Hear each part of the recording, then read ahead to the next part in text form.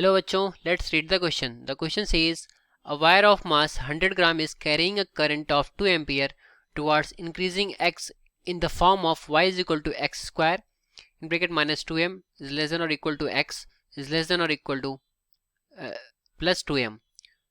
This wire is placed in a magnetic field vector b is equal to minus of 0.02 k cap Tesla. The acceleration of the wire is option A minus 1.6 j cap meter per second square, option B minus 3.2 j cap meter per second square, option C 1.6 j cap meter per second square, option D 0. So question में बोला है कि एक wire है जिसका मास है 100 ग्राम, इसमें 2 ampere का करंट फ्लो कर रहा है इन एक्स डायरेक्शन. ठीक है, और इसका जो करंट का हमें यहाँ पर इक्वेशन दे रखा है वो क्या है, वो क्या दे रखा है, y is equal to x square. Sorry, यहाँ पर जो वायर है उसका इक्वेशन हमें दे रखा है उसके लेंथ का y is equal to x square, मतलब पैराबोला की फॉर्म में दे रखा है, जो कि माइनस 2m से लेकर के प्लस 2m के बीच में वेरी कर रहा है. ठीक, तो ये बोला कि इस वायर को किसी मैग्नेटिक फील्ड में रखा जा रहा है, तो हमें एक्सलेशन ऑफ द वायर बताना है क्या होगा. तो सॉल्व करेंगे हम. पहले की पॉइंट यहाँ पर नोट डाउन करेंगे. ठीक है, तो हमें एक्सलेशन बताना है यहाँ पर. तो एक्सलेशन बताने के लिए हमें पहले इस पर फोर्स निकालना पड़ेगा, कितना होगा. तो जो फोर्स होता है हमारा किसी करंट कैरिंग वायर में जिसकी लेंथ एल हो, वो क्या होता है, एफ इज इक्वल टू होता है vector F is equal to I L cross B. अगर लेंथ हमारे वायर की एल है, उस पर मैग्नेटिक फील्ड बी अप्लाई हो रहा है, तो उस पर फोर्स जो लगेगा वो F is equal to I L cross B होगा. तो यहाँ से जो हम फोर्स निकालेंगे उसको इक्वेट कर देंगे F is equal to M A से. ठीक है, vector F is equal to क्या हो जाएगा, एम वेक्टर ए. तो यहाँ से हमें एक्सप्रेशन निकल जाएगा.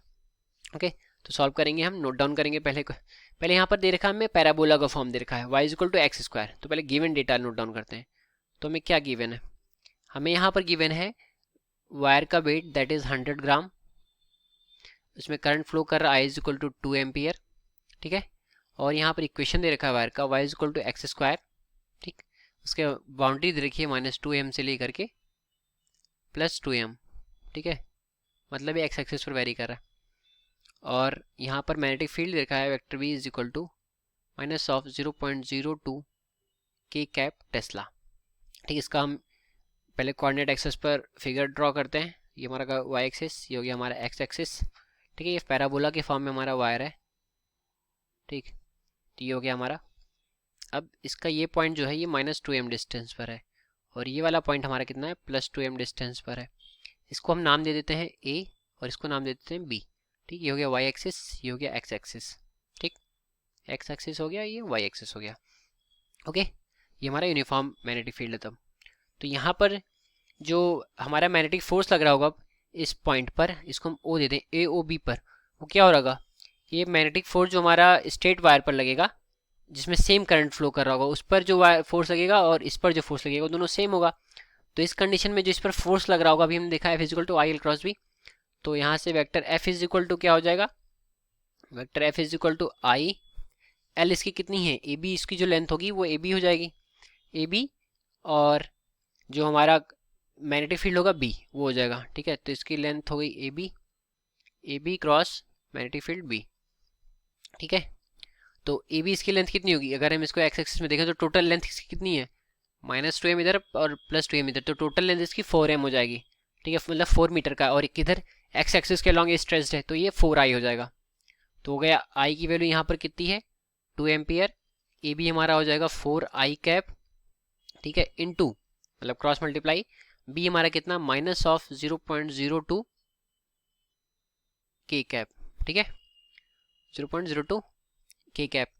तो यहाँ से हम इसको सॉल्व करेंगे. ओके, तो आई क्रॉस के क्या होता है हमारा, माइनस जे कैप होता है, माइनस माइनस प्लस हो जाएगा, तो प्लस जे कैप आ गया. तो डायरेक्शन हमारी कितनी आ गई, जे कैप आ गई. इसको मल्टीप्लाई करेंगे तो 4 इंटू 2 8 हो जाएगा, और इसको 8 इंटू 0.02 करेंगे तो हमारा 0.16 हो जाएगा. तो 0.16 जे, ये हो गया हमारा फोर्स, ये न्यूटन में आएगा. ठीक है, अब हमें एक्सलेशन बताना है.